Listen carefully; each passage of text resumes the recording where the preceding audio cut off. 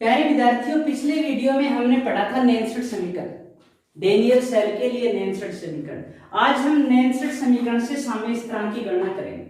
देखो, नैनसेट समीकरण से साम्य स्थिरांक कैसे निकालते हैं। डेनियल सेल के लिए नैनसेट समीकरण हमने पढ़ा, ई सेल बराबर E naught cell minus 2.303 RT upon 2F log 10 base Zn plus 2 Cu plus 2, यानी ऊपर ए नोट नीचे कैथोड। ये मानो ऊपर उत्पाद नीचे अधिकार। आरटीएफ का मान रखा तो ये वैल्यू आ गई। ई सेल बराबर ई नोट सेल माइनस 0.059 भाग में 2 log 10 base Zn plus 2 Cu plus 2। अब देखो, जब परिपथ बंद होता है तो सेल में कौन सी अभिक्रिया होती है, तो ये अभिक्रिया होती है। दो कंडीशन थी, खुला परिपथ और बंद परिपथ। तो ये कौन से परिपथ का है, बंद परिपथ की। प्रारंभ में बंद परिपथ का अर्थ होता है चालू हो रहा है। प्रारंभ में Zn प्लस 2 की सांद्रता बढ़ती है, Zn प्लस 2 में बदल रहा है तो इसकी सांद्रता बढ़ रही है और Cu प्लस 2 की सांद्रता घट रही है। किंतु कुछ समय पश्चात दोनों की सांद्रता क्या हो जाती है, स्थिर हो जाती है। इस स्थिति में ई सेल बराबर 0 हो जाता है और Zn प्लस 2 Cu प्लस 2 बराबर Kc हो जाता है, यानी साम्य स्थिरांक हो जाता है। तो नैनसेट समीकरण से देखो, तो नैनसेट समीकरण से मार्कर चेंज कर लेता हूं। तो नैनसेट समीकरण से क्या आएगा, देखो इस बराबर तो हमने क्या कर लिया, Kc बराबर ये आ गया और ई सेल बराबर, तो यहां 0 रख दिया ई सेल, तो ई नोट सेल बराबर आएगा, ई नोट सेल बराबर आएगा 0.059 भाग में कितने आ जाएंगे, 2 आ गए। log 10 base Zn plus 2 Cu plus 2 की जगह क्या रख सकते हैं हम, Kc रख दिया, ये Kc रख दिया। अब हमें Kc का मान ज्ञात करना, तो क्या लिखेंगे, log 10 बेस Kc बराबर क्या होगा, ई नोट सेल गुणा 2 और भाग में 0.05। अब देखो, log 10 base Kc Daniell cell के लिए ई नोट सेल का मान होता है 1.10, 2 आगे इसका भाग देंगे 0.05। ये सारी कैलकुलेशन करेंगे तो आएगा log 10 बेस Kc बराबर आएगा 37.28। अब हमें मान Kc का ज्ञात करना है। देखो, Kc ज्ञात करेंगे तो log Kc से Kc निकालेंगे तो सामने वाली संख्या का एंटी लॉग ले लेते हैं। क्या ले लेते हैं, एंटी लॉग ले लेते हैं। तो देखो, एंटी लॉग लेते हैं तो क्या होता है, जो सामने जो पहले जो संख्या होती है ये संख्या 10 की घात में चली जाती है, यानी Kc का मान आ जाता है यहाँ खाली स्थान गुणा 10 की घात 37। अब ये जो 0.28 है ये मान एंटी लॉग की सारणी में दिया हुआ मिलता है, और आपको बोर्ड एग्जाम में कभी भी एंटी लॉग की सारणी नहीं मिलेगी। या तो दो ऑप्शन है, या तो आप मान को डायरेक्ट याद रखो, क्योंकि डेनियल सेल के लिए मान को डायरेक्ट याद रखना पड़ेगा, क्योंकि परीक्षा में कभी भी आपको एंटी लॉग की सारणी नहीं, ये मान सारणी से देख के निकाला जाता है। एंटी लॉग की सारणी होती है जो फिजिक्स में ज्यादा काम आती है। तो एंटी लॉग की जो सारणी होती है उससे 0.28 का मान, 0.28 का, 0.6 का, इस तरह से मान निकाले जाते हैं, 0.28 का, 0.60 का। तो ये मान 1.872 के आसपास आता है, टेबल में देखते हैं, किंतु ये 2 के आसपास मान लेते हैं क्योंकि अपने को टेबल दी हुई नहीं है। तो ये डेनियल सेल से हमने किसकी गणना कर ली, साम्य स्थिरांक को निकाल, किसके लिए, डेनियल सेल। ठीक है, तो नैनसेट समीकरण से साम्य स्थिरांक, यानी डेनियल सेल की जो नैनसेट समीकरण थी उसे हमने साम्य स्थिरांक निकाला। साम्य स्थिरांक पर क्वेश्चन कैसे करता है कि डेनियल सेल के लिए साम्य स्थिरांक की गणना कीजिए, यानी ई सेल, देखो ये तो पीछे आया था नैनसेट समीकरण में, यहाँ ई सेल बराबर 0 रख दिया और इस बराबर Kc रखा है। तो ये देखो इस साइड में गया तो ये 0 हो गया, इसको इस साइड में ले जाए, चाहे इसको इस साइड में ले, तो ये मान आ जाएगा। इसकी जगह क्या हमने log Kc जो का क्यों है, ये इधर गया, log Kc बराबर होगा ई नोट सेल गुणा 2 0.059 log 10 बेस Kc, इसका मान 1.10 होता है गुणा 2। ये सोल्व किया तो 37.28 आया, इसका एंटी लॉग ले लिया तो आया Kc बराबर है 2 गुणा 10 की घात 37। ये नैनसेट समीकरण से साम्य स्थिरांक निकाला। अब हम आगे इन पर न्यूमेरिकल करेंगे, इन सूत्रों पर हम क्या करेंगे, न्यूमेरिकल। प्यारे विद्यार्थियों देखो बोर्ड पे दो न्यूमेरिकल लिखे हुए हैं। डेनियल सेल के लिए हमने साम्य स्थिरांक की तो गणना कर ली। अब ऐसे दे दिया न्यूमेरिकल अपने को, क्या दिया है, Cu plus 2Ag plus Cu plus 2Ag अभिक्रिया के लिए सेल निरूपण तथा नेनसेट समीकरण लिखते हुए केसी का मान ज्ञात कीजिए यदि ई नोट सेल का मान 0.46 वोल्ट हो। ठीक है, तो इसके लिए हम सबसे पहले सेल निरूपण लिखते हैं। ये क्वेश्चन मान लो 1 मान लो, इसको 2 मान लो। पहले वाला क्वेश्चन सॉल्व कर रहा हूं, इसके लिए मैं सेल निरूपण लिख रहा हूं। सेल निरूपण में क्या होता है, सेल निरूपण में पहले हम लिखते हैं किसको, एनोड को, फिर धातु आयन, एनोड का धातु आएगी, एनोड का धातु आयन आएगा, फिर लवण सेतु आएगा, फिर कैथोड का धातु आयन आएगा, फिर कैथोड का धातु आएगा। अब इसमें बताओ किसका ऑक्सीकरण किसका अपचयन हो रहा है। इसमें Ag प्लस का तो अपचयन और Cu का ऑक्सीकरण हो रहा है, तो यहाँ एनोड का काम कौन करेगा, Cu, और जो कैथोड का काम करेगा Ag। तो हम क्या लिखेंगे, यहाँ लिखेंगे Cu, S लगा देंगे। अब क्या होगा, यहाँ Ag लगा दिया, Ag पहले Cu का तो लिख लो, Ag का बाद में लिखेंगे। Cu, अब Cu आयन पहले धातु फिर धातु आयन, ये जलीय माध्यम में ले लिया, फिर हमने लवण सेतु लगा दिया। अब कैथोड के रूप में कौन है, Ag प्लस है, ये भी जलीय माध्यम में है, फिर ठोस अवस्था में Ag ले लिया। ये सेल निरूपण हो गया। सेल निरूपण तथा नेनसेट समीकरण लिखते हुए अब क्या लिखेंगे हम, नेनसेट समीकरण लिखो। देखो नेनसेट समीकरण दो रूप में लिखी जाएगी अपने को। ई सेल बराबर क्या होगा, ई सेल बराबर होगा ई नोट सेल, क्या होगा, E naught cell minus 2.303 RT upon त्यागे गए और ग्रहण किए गए इलेक्ट्रॉन यहाँ भी दो ही हैं। देखो 2Ag प्लस 2 इलेक्ट्रॉन ग्रहण किए तो 2Ag में मिल रहा है, तो यहाँ क्या आएगा, वही 2F आएगा। log 10 बेस ऊपर क्या लिखा जाता है, एनोड, एनोड कौन है, Cu प्लस 2, और नीचे कैथोड, कैथोड कौन है, Ag प्लस 2 है, तो स्क्वायर आ जाएगा। ये ध्यान रखना है। यदि RTF का मान रख करके समीकरण निकाल रहे हो तो वो भी निकाल सकते हो। ई नोट सेल माइनस 0.059 भाग में 2 log 10 बेस आ जाएगा ये Cu प्लस 2 और नीचे Ag प्लस। ठीक है, अब Kc का मान पूछ रहा है। Kc का मान ज्ञात करने के लिए देखो हम क्या करेंगे, या सूत्र क्या है log Kc ज्ञात करने का, log Kc ज्ञात करने का सूत्र ये है। देखो log Kc बराबर यह 0.0, पहले चाहे ई नोट सेल ज्ञात कर लो, क्योंकि उस सूत्र से रख देता हूं मान थोड़ा अच्छा लगे, क्योंकि जो पहले निकाला था हमने कि ई नोट सेल बराबर होता है 0.059 भाग में कितने 2 log 10 बेस Kc, फिर Kc कर लें, log 10 बेस Kc बराबर क्या होगा, 2 गुणा ई नोट सेल, और ये आ जाएगा 0.059। ठीक है, मान रख दो, ई नोट सेल की वैल्यू कितनी दी हुई है, 0.46, 0.059। ये किस बराबर आ जाएगा, ये log 10 बेस Kc बराबर आ जाएगा। इसको सोल्व करेंगे तो 15.6 के आसपास आएगा।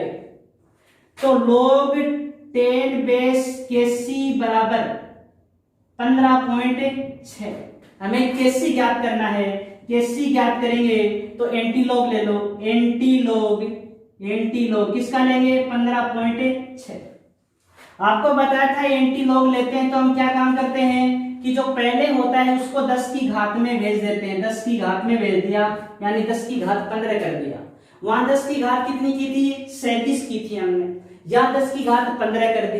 अब बताओ 0.60 या 6 मान लो, इसका मान एंटीलॉग सारणी में देखना पड़ेगा। सारणी हमें परीक्षा में मिलेगी नहीं, तो ये भी आपको याद ही रखना पड़ेगा। या तो खाली स्थान छोड़ सकते हो या याद रखो 3.92। ठीक है, ये मान आपको या तो सारणी मान दिया हुआ मिलेगा या आपको खाली छोड़ना पड़ेगा, क्या याद रखना पड़ेगा। किंतु जनरली अपने दो ही उदाहरण आते हैं, डेनियल सेल का और इसका।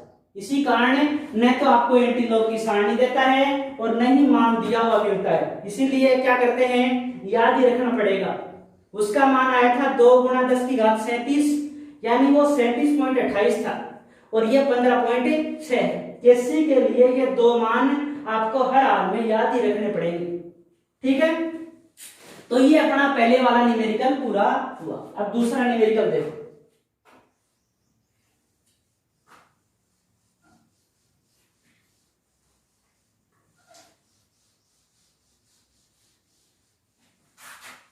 इस वाले को मिटा ही देता हूं ऊपर वाले को, क्योंकि ऊपर वाला हो गया फिनिश। इसके लिए कि वही सेल निरूपण लिखना पड़ेगा अपने को, सेल निरूपण।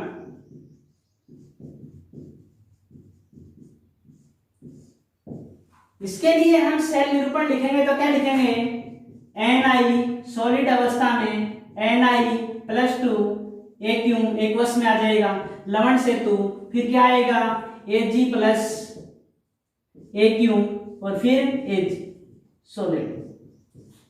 नेक्स्ट समीकरण क्या आएगी, ये किसका काम करेगा, एनोड का, और ये किसका काम करेगा, कैथोड का। देखो नेक्स्ट समीकरण होगी ई सेल बराबर E naught cell minus 2.303 RT/2F log 10 base, ऊपर क्या आएगा, ऊपर एनोड आएगा Ni+2 और नीचे क्या आएगा, कैथोड। कौन है, Ag+K²।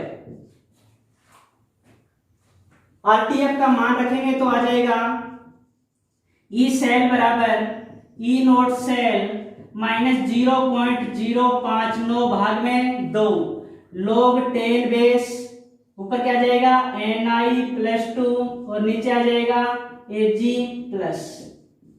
ठीक है। अब हमें ज्ञात क्या करवा रहा है, समीकरण लिखते हुए ई नोट सेल का मान ज्ञात कीजिए। ई नोट सेल पूछ लिया, दिया हुआ नहीं है, तो ई नोट सेल ज्ञात करने का सूत्र होता है ई नोट सेल बराबर होता है, क्या होता है, ई नोट कैथोड। कैथोड का काम कौन कर रहा है, कैथोड का काम कर रहा है Ag, तो क्या लिखेंगे Ag+Ag, और एनोड का काम कौन कर रहा है Ni, तो क्या लिखेंगे ई नोट Ni+2 Ni।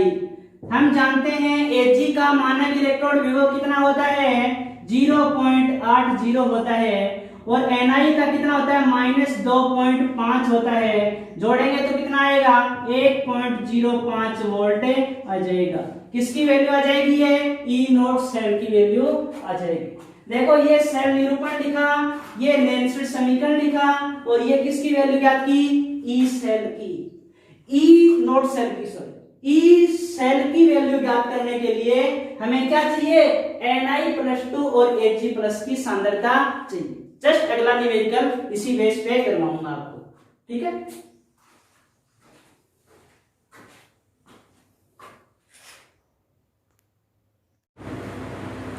प्यारे विद्यार्थियों, अपने दो न्यूमेरिकल और है, दो न्यूमेरिकल करवा दिए, दो न्यूमेरिकल और देखो।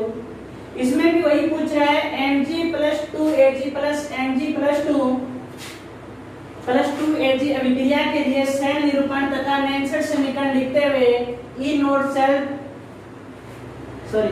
सेल तथा ई सेल का मान ज्ञात कीजिए। एक तो ई नोट सेल और ई सेल का मान ज्ञात कीजिए। अब ध्यान रखना, यहाँ सांद्रता दी हुई है, सांद्रता दी हुई मिलती है तभी हम ई सेल ज्ञात कर सकते हैं। इसके लिए सेल निरूपण देखो,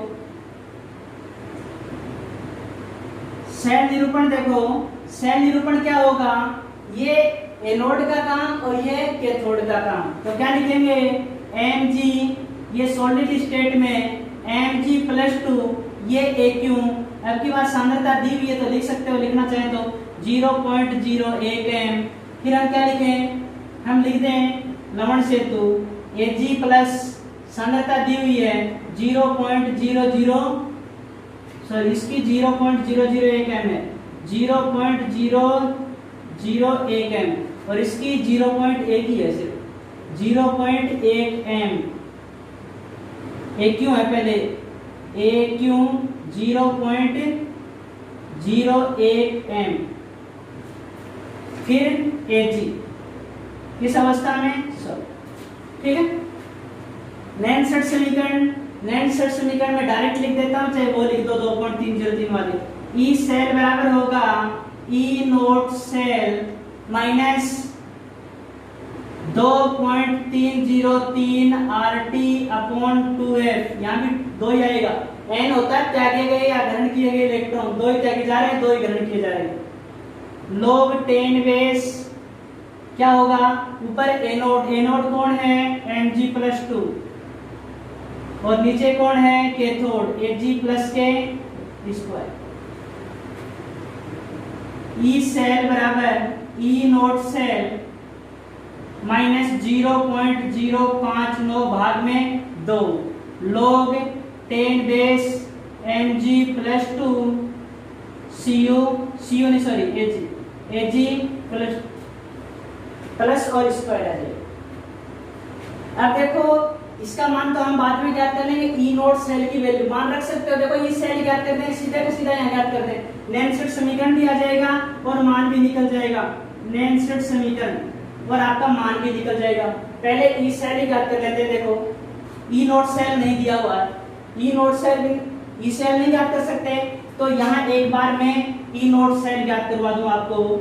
ई नोट सेल बराबर क्या होगा, ई नोट कैथोड माइनस ई नोट एनोड। कैथोड का काम कौन कर रहा है, ई नोट Cu+2 Cu करता है उसमें तो 10 ईयर में, किंतु यहाँ Cu है नहीं। यहाँ Ag किसका काम कर रहा है, Ag कैथोड का और Mg एनोड का। तो कैथोड क्या लिखेंगे, कैथोड लिखेंगे Ag लिखेंगे और एनोड कौन है, एनोड है Mg+2 Mg। ये क्या है, ये कैथोड है, ये एनोड है। मान क्या होता है, इसका होता है 0.80 और इसका होता है -2.36। जोड़ दो कितना आएगा, ये आएगा 3.16 वोल्ट आएगा जोड़ोगे तो, यानी ई नोट सेल की वैल्यू आ गई। अब ई नोट सेल की वैल्यू यहाँ रख सकते हैं, Mg+2 की वैल्यू दी हुई है, Ag+ की वैल्यू दी हुई है। चाहे इस सूत्र से लिखो चाहे आगे निकाल लो, बात वही है। तो मैं ये आगे ले जाता हूँ, ये सूत्र थोड़ा चाहे यहाँ मान रख लो, बात एक ही है। इसको यहाँ उठा के रख दो तो ये अपना यहाँ निकल गया। तो मैं यहाँ लिख देता हूँ, यहाँ अपना ये तो सूत्र है ही, इस सूत्र का मान क्या रख देंगे, पहले रख दो, सूत्र लिख लो। ई सेल बराबर होगा ई नोट सेल माइनस 0.059 भाग में 2 log 10 बेस हो गया। ये क्या है, ऊपर है Mg+2 और नीचे क्या है Ag+k²। रख दो, इसका मान होगा 3.16, इसका होगा 0.059 बटे में 2 log 10 बेस। इसका क्या हो जाएगा, इसका मान है 0.001, ये मान है, और इसका मान है 0.1 के²। यानी ये नीचे क्या होगा, 1 होगा, ऊपर जाएगा तो इसके दशमलव देखो, इसका दशमलव उठाएंगे, 1 गुणा 1 करेंगे, 0.1 गुणा 0.1, तो ये इस तरह से आएगा ये कैलकुलेशन 0.001, ये कैलकुलेशन आ जाएगी। नीचे तो ये वैल्यू आ जाएगी, मैं एक बार लिख देता हूँ, नीचे ये वैल्यू आ गई और ऊपर कौन सी वैल्यू आ जाएगी, नीचे ये वैल्यू आ गई 0.01, ये वैल्यू आ गई, और ऊपर कौन सी वैल्यू आएगी, ऊपर आ जाएगी ये, क्योंकि दशमलव हटा, नीचे की वैल्यू है, ऊपर की वैल्यू लिखी हुई है 0.001, दशमलव हटाएंगे तो क्या होगा, नीचे 1 बटे क्या होगा 1000 लगा देंगे और ऊपर कितने हो जाएंगे 10,000, यानी ऊपर कितना बच जाएगा 10। तो हम क्या लिख सकते हैं, इतना लिख देता हूँ सोल्व करके, 3.16 माइनस 0.059 भाग में 2 log 10 बेस 10, log 10 का मान 1 होता है। तो ये मान गुणा भाग कर लेना, कैलकुलेशन आप खुद कर लेना, यानी ये आ जाएगा अपना कौन सा आ जाएगा 3.16 माइनस 0.052 गुणा 1, इसको गुणा भाग कर करके इससे घटा लेना, ये अपना किसकी वैल्यू आ जाएगी, ई सेल की वैल्यू। ठीक है,